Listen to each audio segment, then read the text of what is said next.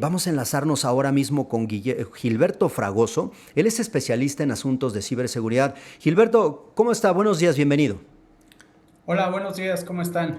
Mucho Bi- gusto. Bien, Gilberto, muchas gracias. Pues con este asunto que nos preocupa y por supuesto también nos ocupa, está aquí mi compañero Pablo Valdés, su servidor Juan Rivas. Y pues de entrada, Gilberto, ¿cómo saber si esta es una amenaza real? Nos está llegando a través de las redes sociales, pero Ujú. vemos que lo están tomando con seriedad.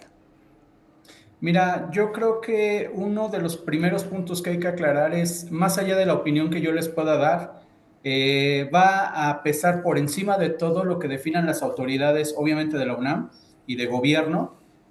Lo que les puedo compartir es que normalmente en este tipo de situaciones que crean tanto escosor social, porque realmente el ataque que hubo en el CCH Sur no se había dado, al menos que yo recuerde, en las últimas décadas en México, y es un hecho desafortunado, pero desafortunadamente también muchas veces distintos grupos de Facebook, grupos de redes sociales o incluso alumnos internos pueden aprovechar esta Claro. situación, pues obviamente para hacerse de notoriedad o hacerse de algún hecho, algún logro que pueda llamar la atención hacia sí mismos. Por ejemplo, lo que acaba de pasar en Prepa 8 el día de ayer, donde a través de una amenaza simplemente escrita en un papel dijeron que iban a detonar un artefacto.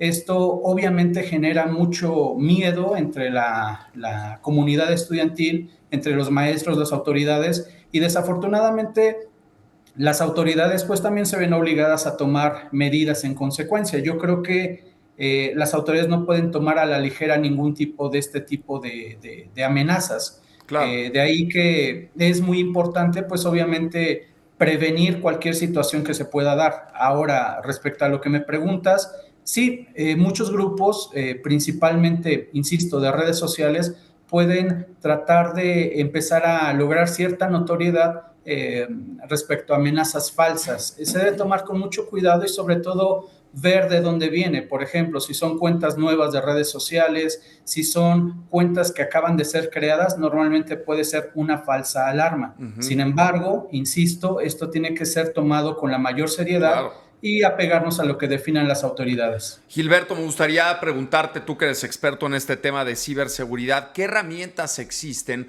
pues para poder rastrear el origen de una amenaza a través de las redes sociales?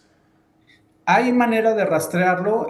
Aquí se tiene que involucrar, obviamente, Ujú. policía cibernética, que son los únicos autorizados para hacer este tipo de rastreos. Sí se pueden hacer, pero requiere cierto nivel de especialización y obviamente los permisos jurídicos que les permitan realizar esto, obviamente a través de una denuncia. Ahora, Gilberto, en estos días quienes han cobrado notoriedad pues son estos grupos denominados incels, que son jóvenes que hasta donde entendemos, no de forma voluntaria, no tienen una pareja y esto les lleva a tener una especie de trastorno emocional. He estado revisando los grupos en donde intercambian mensajes y demás, muchos son misóginos, muy violentos, algunos sumamente machistas. ¿Qué tan facultada podría estar la policía cibernética para poder intervenir ahí y desactivar esos grupos en donde evidentemente se está incitando a la violencia? Mira, la mayoría de las redes sociales tienen políticas para saber o para conocer y permitir lo que puede ser publicado a través de sus medios, de sus plataformas. Hay reglas en las cuales evitan el uso de cierto tipo de discurso, de ciertas palabras o de ciertos términos para evitar precisamente el fomento del odio. Ujú.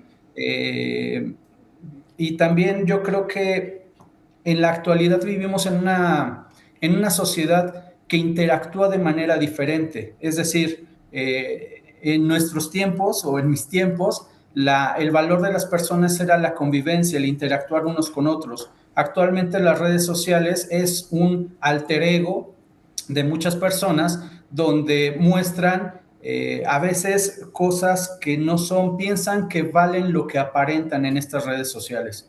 Entonces yo creo que los términos que se han puesto de moda como incels, bolsels y algunos otros que se usan de manera despectiva, creo que sí debe de haber una reglamentación nueva dentro de las redes sociales para ir evolucionando conforme también va evolucionando el lenguaje y la manera de referirnos unos a otros. De la mano un poco a esto que estás respondiendo, Gilberto, ¿qué tan efectiva resulta la colaboración con estas plataformas digitales, con las redes sociales, llámese Facebook, llámese X, llámese Instagram, para poder detectar y sobre todo pues retirar estos mensajes de amenaza?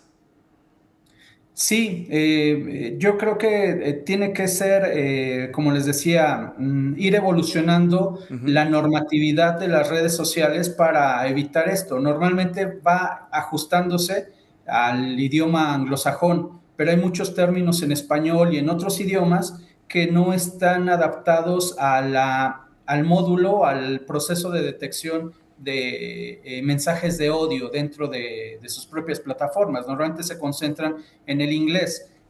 Cuando estas plataformas detectan estos términos como incels o que derivan de un vocablo en inglés, lo bloquean. Pero también hay una parte que puede ser aprovechada de manera irregular por parte de estos grupos, que es la libertad de expresión. Creo Claro. que es un tema donde hay una línea muy delgada entre la libertad de expresión y el mensaje de odio. Y la posible censura que pudieran argumentar, Gilberto, Correcto. preguntarte, ¿qué decirle a los papás? Es decir, si un padre identifica que su hijo está en algún grupo de estos, ¿puede denunciar ante la policía cibernética este grupo para que traten de desactivarlo? ¿Esto es posible?